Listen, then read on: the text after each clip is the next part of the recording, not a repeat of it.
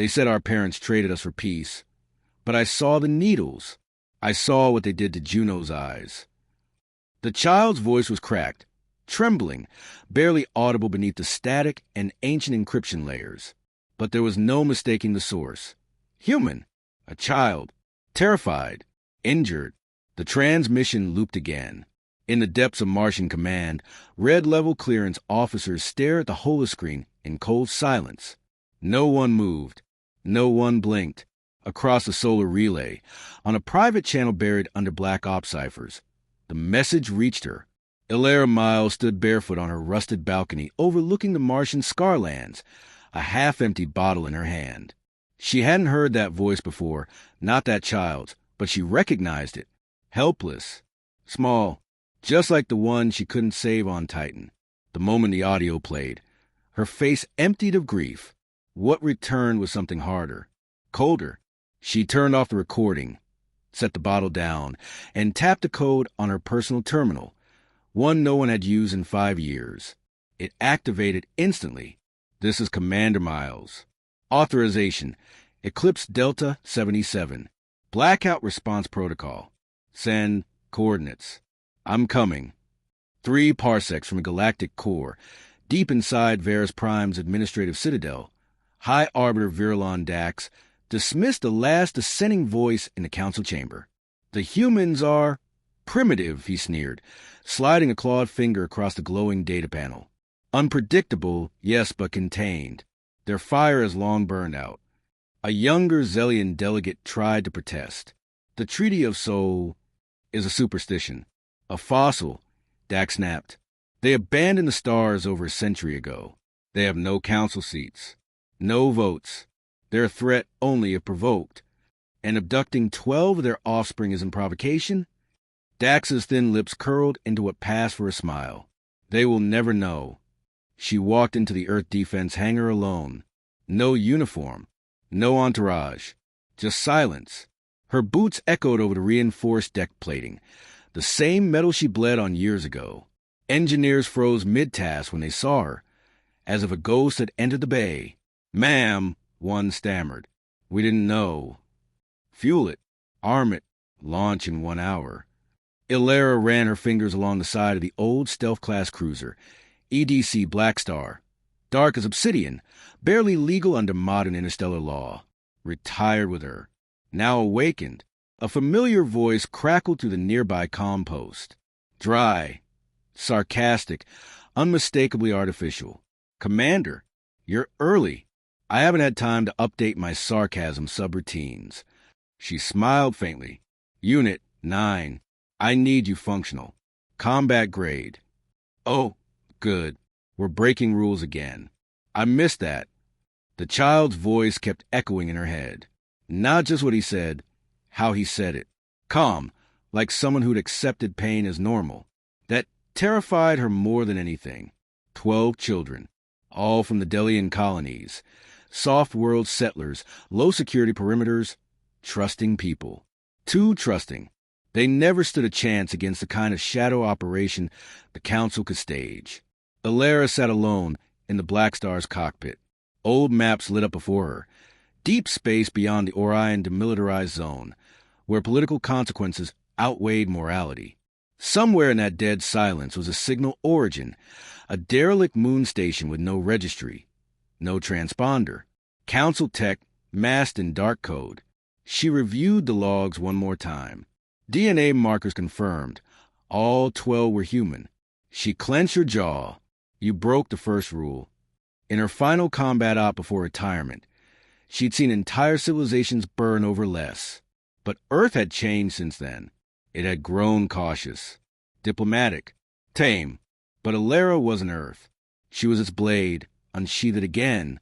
In orbit above Varus Prime, Dax watched the first test results from the hybrid experiments with cold fascination. Genetic overlays were holding. Neural rewrites were progressing. The children were adapting, some faster than expected. They're surviving longer than projections, his lead biologist noted. One in particular, female, seems resistant to cortical overwrite. Neural activity is strange. Strange how? She's broadcasting. To who? We don't know. Dax's smile vanished. Illyra's ship jumped into slipstream. Every breath she took was deliberate. Every thought focused on what she would find. Not just the children, but them, the scientists, the guards, the ones who thought they could defile what humanity held sacred and get away with it. It was an old rule, carved in silence after the last Galactic War. Don't touch the human children. Not out of ethics. Out of fear. Because the last species that tried no longer had a name anyone remembered. The galaxy had grown comfortable. It had forgotten the fire. Now it would remember. The cold void of slip space bled back into stars. Illyra stood in the command pit of the Black Star, arms folded behind her back. The ship glided silently toward a red-lit gas giant, its rings casting long shadows over a derelict moon. The target, a decaying research station buried in orbit, disguised as a mining husk. It hadn't transmitted in decades, until the child's voice had screamed through the dark. She didn't come alone. Comm systems calibrated, reported Unit 9, its voice clipped and sarcastic as ever. Stealth field at 98% efficiency. I miss the days when we just nuked problems. We still might, Illyra replied, then turned as the lift doors hissed open. Cale Bren stepped onto the bridge, lean, sharp-eyed, and too calm for her liking. His gray coat hung open, revealing twin sidearms and a data slicer clipped to his wrist. "It's been a while," he said. "Should have stayed that way," Illyra muttered. "You were Council intel when they bombed Ganymede. Don't pretend I forgot." "I defected," Cale said casually. "Same reason you came out of retirement. I heard the signal." Illyra stared at him for a beat. "You so much as hesitate when the bullets start flying, I'll shoot you myself." "I'd expect nothing less." Below deck, Dr. Rhea Holland ran diagnostics on the stasis meds. She was precise, efficient, and always looked exhausted, the cost of specializing in bioethics violations across 30 species. The children's scans were displayed in a slow-rotating holosphere above her. 12 signals, she said into her mic. 6 weak, 6 degraded. That's not decay. That's interference. Someone's masking them. Illyra's voice filtered through. "Can you get through it?" Rhea adjusted the filters. "I'll try, but I need a sample. Something from inside the station." "We'll get it." An hour later, the team gathered in the prep bay. Black armor, matte and untagged. No emblems. No colors. No nation. Just mission. Illyra stood at the head. Standard infiltration. Minimal noise. We extract the children, plant charges, and burn whatever filth they build in there. Extraction may not be standard, Rhea warned. Depending on what they did to the kids, they might not even look human anymore. That landed like a punch. Illyra said nothing. Cale loaded his rifle. "What's the fallback plan?" "There isn't one." The shuttle detached from the Black Star like a silent ghost and drifted toward the station. Its surface was blackened and pitted. Intentional decay. No lights, no beacons. Just dead metal pretending to be forgotten. They landed without resistance. No one greeted them. Inside, the corridors were narrow and cold. Lights flickered irregularly. Dust floated like ash through the stale air. Unit 9 lead point. Scanning ahead. Environmental control systems are running at 20%. Life signs faint. Distorted. Rhea tapped her scanner. They're hiding something. Every reading has artificial noise layered over it. Like someone wanted us confused. They moved in deeper. The first signs of horror came quickly. A room lined with tanks, each filled with a pale blue fluid. Suspended inside, small figures. Children, some fully human. Others, changed. Extra nerve clusters. Veins threaded with faint light. One had gills. Another had elongated pupils that tracked them through the glass. Rhea's hands trembled. "This isn't experimentation," she whispered. "This is integration." They weren't testing compatibility. They were rewriting the human genome to host alien code. Cale exhaled slowly. "Weapons." "No," Illyra said darkly. "Slaves." One tank blinked open. The girl inside was barely older than 10, her skin sickly pale, her lips cracked, tubes unlatched from her neck with a soft hiss. She fell forward, unconscious. Rhea caught her. I've got her, vitals unstable but alive. Name tag reads, Mira Elin, born Delia 2. Suddenly, Mira stirred. Her eyes opened, and Alara froze. They were glowing, not fully, faintly, like something just beneath the surface shimmered with foreign light. Mira? Rhea asked softly. The girl blinked slowly, then locked eyes with Alara. Her lips didn't move, but her voice slid into Alara's head like a whisper. They took the others deeper. One of them changed too much. He won't come back. Alara stepped back, heart pounding. Mental projection? Rhea gasped. That's not possible. Human brains can't. Apparently they can now, Kale muttered. Alara steadied herself. How many more? Mira spoke aloud this time. 6 more. Below. One of them controls things. Aaron, she said. His name is Aaron. The team moved fast. They retrieved 5 more children from nearby stasis pods, some weak, others crying. One boy had metal threading along his fingertips. A girl kept humming a single, looping note, over and over, a frequency Rhea said matched neural calibration harmonics used in council drones. But no alarms, no guards. Too easy. Alara's instinct screamed. Why leave them unguarded? Kale asked uneasy. They wanted us to find them. Alara answered. They wanted us to think we found them all. And then came the voice. Not from a hallway. Not from any speaker. It came from Mira, but it wasn't hers. She's awake. That means you're here. I've seen you in her dreams. The air chilled. The lights flickered. Unit 9 rotated fast. There's a signal piggybacking on her neural link. It's broadcasting to the entire station. Someone's listening. Or someone's watching, Kale muttered. Back aboard the Black Star, the 6 children were stabilized in med pods. Rhea began detox protocols, trying to flush the engineered compounds from their blood. Alara stood over Myra's pod. Can you reach the others? Myra's voice came again, faint, distant. They're still alive, but Aaron doesn't want to leave. He's part of the station now. Define part. He speaks to the metal, to the lights. It obeys him. Is he in control? A pause. Then, softer, sometimes. Alara stepped back. Her mind was already working, planning, mapping, calculating risks.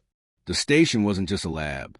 It was an organism, and one of the children was its nervous system. Kale joined her. If he's connected, pulling him out might kill him, or worse. Alara didn't answer right away. She just looked out at the silent station, its surface still dark and still. We leave in 6 hours, she said finally, with all of them. The descent into the lower decks felt like entering a living body. Everything pulsed. Walls faintly vibrated. Cables twitched in the ceiling like nerves. The temperature dropped the farther they went, but the air grew thicker, heavier. The station wasn't just functioning, it was reacting. Alara's boots struck the grated floor with surgical precision. Behind her, Unit 9 scanned constantly, weapons primed. Kale kept to the shadows, silent. Rhea walked center, her scanner glowing dimly. Mira had given them a route, whispered into Alara's mind like a childhood memory. The path twisted, almost dreamlike, yet every door she described had been there. Every corridor matched. They reached a sealed hatch with biolocks. Humming with energy, Kale stepped forward. Encrypted, not council standard, this is hybrid code. Biological and digital, he said, fingers dancing over his wrist link. Someone rewrote the door's DNA. Can you open it? He gave her a look. I'm not human council intel for nothing. 30 seconds later, it hissed open. The light beyond was red, warm, and wrong. Inside, the walls glistened. Growths, smooth, translucent membranes, coated the surfaces. Behind them, shapes floated, twitching faintly. More tanks, but smaller. Proto-clones. Half-formed children. Limbs. Organs. Rhea pressed a hand to her mouth. This isn't replication. It's manufacture. Alara scanned the room. What were they building? Hybrids, Rhea said softly. Not just one species. All of them. They were trying to breed a universal mind, something that could interface across species barriers, something compliant. They moved on. At the far end of the chamber stood a door shaped like an iris. It opened on its own as they approached, petals folding outward silently. The room beyond was circular, dark, lined with glass pods. Each pod showed footage, recordings of the 12 abducted children, interviews, tests, pain. And in the center of the room, floating in a cradle of wires, was Aaron. He looked about 12. Brown hair floated weightless around his head, eyes shut, mouth slightly open. His chest rose and fell slowly. Cables connected to his spine, temples, and wrists, some pulsing with blue light, others flickering erratically. Is he awake? Alara asked. No, Rhea said, scanning him. And yes, his brain is online. He's dreaming, actively controlling system subroutines while unconscious. Kale whistled low. Kids a station now. As if on cue, Aaron's eyes opened. They glowed faint gold. Not mechanical. Not alien. Something in between. He looked at Alara, confused. I know you, he said quietly. Alara stepped forward slowly. I'm here to take you home. His expression tightened. This is home. It listens when I speak. It doesn't hurt anymore. Behind them, the door iris shut. Locks clamped. Unit 9. Alara said, all exits sealed. External overrides rejected. Systems rerouted to central brain him. Aaron floated gently down until his feet touched the floor. The cables detached like vines slipping away. He stood straight and still. They said I was the best one, he said. They said I could fix everything, that I wouldn't be like the others. You're not a thing, Aaron. You're human, Alara said. His eyes flickered. That word doesn't mean anything in here. Suddenly, a spike of pain lands through Alara's skull. A sharp pulse, foreign, synthetic. Rhea staggered too, grabbing the wall.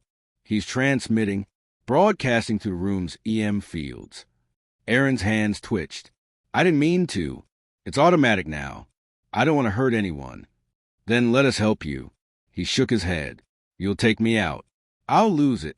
I'll be alone again. The lights dimmed. The walls pulsed harder. The floor trembled. Stand down. Alara said, stepping closer. I won't lie to you. If we disconnect you, it'll hurt. But I swear I won't leave you behind. We don't do that. Why not? Because that's the rule. The only rule that matters. Aaron's breathing hitched. Behind him, one of the glass pods shattered. Liquid spilled. A malformed clone dragged itself out, shrieking. Then another, and another. Defensive reaction, Rhea shouted. He's not fully in control anymore. Unit 9 opened fire, quick, precise bursts. The creatures fell. Kale covered the side hallway as more movement stirred. Alara, he barked. We're getting boxed in. She stepped right up to Aaron, unarmed. You're scared. So am I. But listen to me. You are not this place.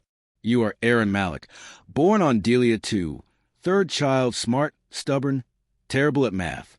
Your mother's name was Kyra. She sang you to sleep with an old Terran folk song, Ashes and Rain. Aaron's eyes filled with tears. He whispered, You remember that? I do now, she said. So, do you? The glow in his eyes faded. The lights in the room steadied. The door unsealed. Back aboard the Black Star, silence hung heavy as Rhea monitored Aaron's vitals. He was stable, disconnected, but barely conscious. The others huddled near their pods, unsure, afraid. Alara sat beside Mira. He saved us, Mira said. He could have kept the station, but he let go. Alara nodded. He remembered who he was. Mira turned her gaze outward, toward the stars. The others, the council, they'll be angry. Good, Alara said, standing. Let them be. In the dark space above a ruined moon, the station's core pulsed once, then dimmed. They had what they came for. But vengeance was just beginning. The high hall of the Galactic Council was a marvel of design, a crescent of obsidian stone suspended above a sea of shifting light. The chamber was as vast as a city block, with a ceiling that shimmered with simulated stars. 13 counselors sat in silence, each on their raised throne, their faces obscured by thin, luminous veils that flickered with coded data. Not one of them showed a bare face. To Alara, that veil had always symbolized cowardice. Now, as she stood before him again, in full uniform for the first time in 5 years, it meant war. "The child is alive," she said coldly. "You lied to every species in the Accord." Counselor Varix, an insectoid from the Krill Dominion, shifted in his throne. His voice was a symphony of harmonics. "We ensure galactic peace by minimizing risk. One child does not outweigh stability." 12 children, she corrected. 1 survived. The rest were buried inside that biological tomb you called a containment facility. Counselor Leary, human, adjusted her veil slightly. Those children were assets in a high-level defense initiative. It was not meant to become public. Kale snorted from behind Alara. "Then you shouldn't have used human children, especially not ones from Earth-affiliated colonies. We have rules." Rhea remained silent, but watched the council like a hawk studying prey. "Your mission," Leary continued, "was to recover what was left, assess the threat, and avoid escalation, not broadcast a declaration of vengeance across 10 systems." "I didn't broadcast it," Alara said, voice steady. "Aaron did." The chamber dimmed. A hollow projector activated, displaying Aaron's face, not the boy in the cradle, but the one after disconnection. Hollow-eyed, broken, the recording played. His voice speaking directly to the galactic network from Alara's ship, a message he had sent just before slipping into a healing coma. "They said I was the key, that I could stop the wars. But all they did was take. I am not their weapon. I am human. And I remember." Silence followed. Counselor Threx, a being of liquid silver, leaned forward. He accessed military-grade neural pathways during unconscious sleep. That alone makes him unstable. "No," Alara said, "that makes you obsolete." After the session recessed, Alara and her team waited in a cold steel briefing chamber beneath the council rotunda. No windows. No doors but one. It locked behind them. "Any chance they'll turn on each other?" Kale muttered. "Not before trying to bury us first," Alara replied. Rhea sat quietly, going through scans of the station's memory core. The facility logs were deeper than we thought. Myra's right. This wasn't just human experimentation. They were testing compliance overlays for multiple species. Mind control implants? Kale asked. No. Worse. Epigenetic rewriting. Making children of any race into programmable beings. Obedient across borders, across instincts. Alara's eyes narrowed. They wanted slaves that could lead armies. That's why the project was buried, Rhea added. Because it worked, and they were afraid of what that meant. Moments later, the chamber lights flickered. A side panel hissed open. Counselor Leary stepped in alone, veil off. Her face was taut, composed, but her eyes betrayed unease. "I've voted against the initial experiments," she said flatly. "But now the truth is loose. I'm offering a way to end this cleanly." Alara folded her arms. "You had your vote. You stayed quiet. You don't know what's coming," Leary snapped. "The Krill, the Sarnex, even the trade clans, they're preparing contingency fleets. If the public learns the Council broke Article 1, that children were violated under sanction, there'll be blood in every system.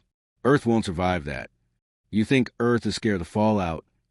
Alara stepped forward. "You should be asking what happens when Earth decides not to hold back anymore. I'm offering protection for the boy. Political asylum, off-world sanctuary, full erase of all war crimes charges against your crew. But you must give us everything. The logs, the data, the boy's neural recordings." "No," Rhea said without looking up. "The data is secure. And Aaron's a child, not a bargaining chip," Alara added. Leary's voice dropped. "If you walk out of here with him, everything changes. There will be war." "Good," Alara said. "Maybe that's the only language this council still understands." Hours later, aboard the Black Star, Alara watched Aaron sleep inside a reinforced medical cradle. Not suspended like before, just resting, breathing, alive. He looked peaceful, but the readings told another story. Brain activity still peaking in the Delta Band, Rhea reported. Residual echo from the station. I think it left part of itself in him. Illyria nodded. Let it. He's stronger than they ever expected. A soft ping signaled a private message. Kale walked in with a grim look. Transmission from Earth. No encryption. Full Senate relay. Put it through. The hollow lit up with the Earth-Terran Senate seal. 3 stars burning above a circular planet. Then the voice came. This is High Marshal Quran, speaking on behalf of the Unified Earth Defense. We have received full telemetry of the Council facility, the biological crimes committed, and the retrieval of our citizen, Aaron Malik.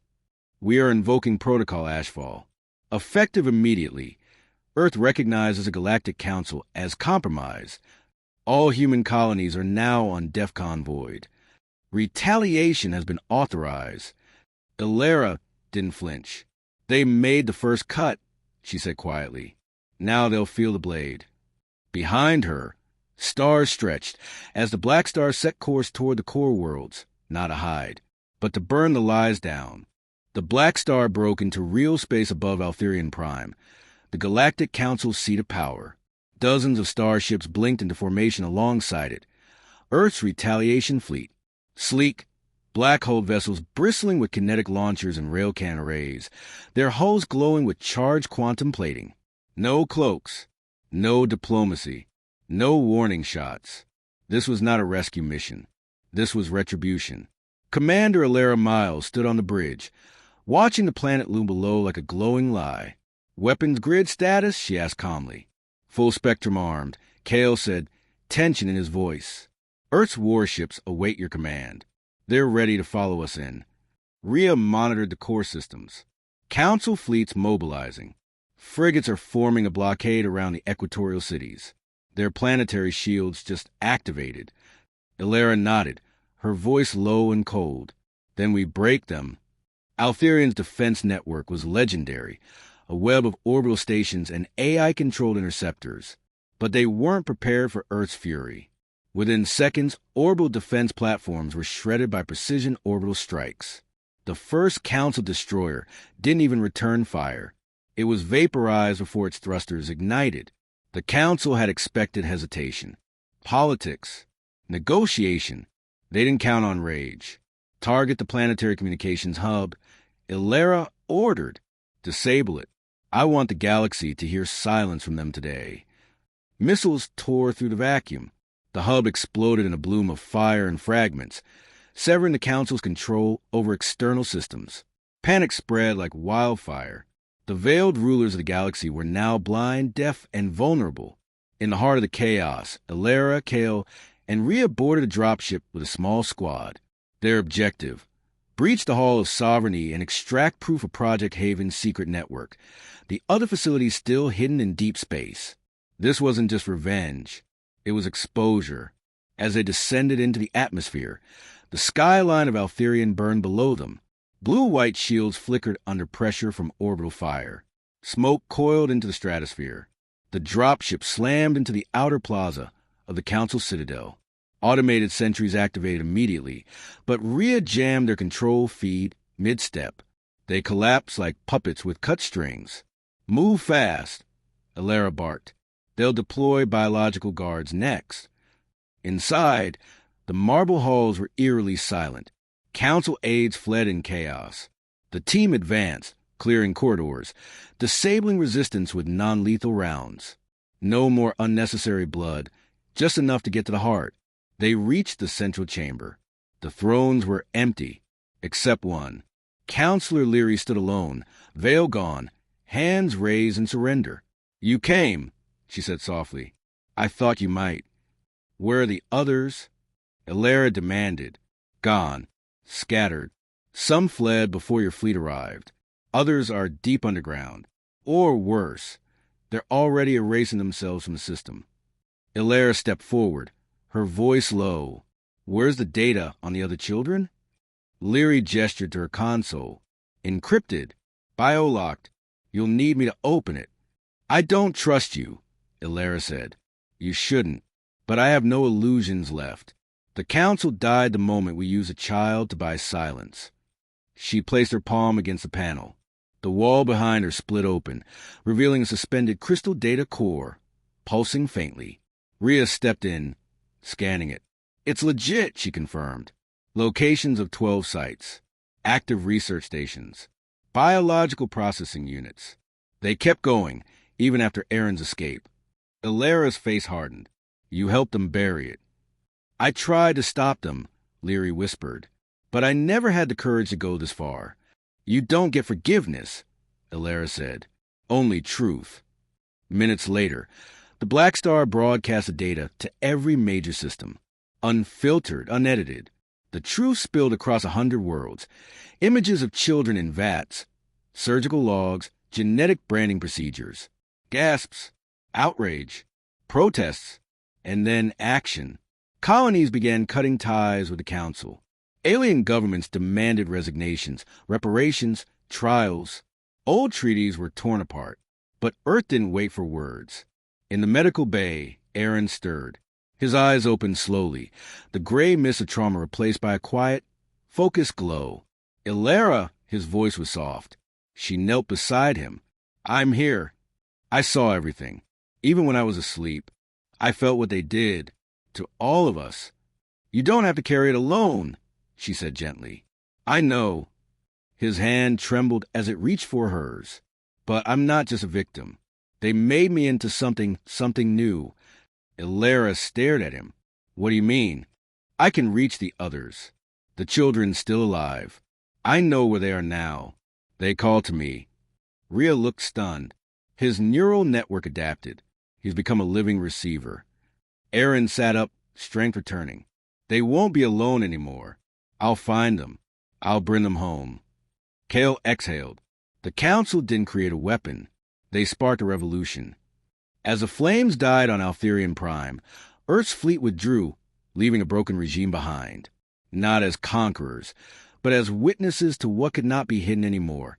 Ilara stood on the bridge, watching stars slide past as the Black Star headed for first coordinates Aaron had whispered. A new mission, a new purpose. Set course, she said. To where? Rhea asked. Wherever children are still crying in the dark. Aaron stood beside her, no longer trembling, no longer afraid. The galaxy had learned the first rule again. The hard way,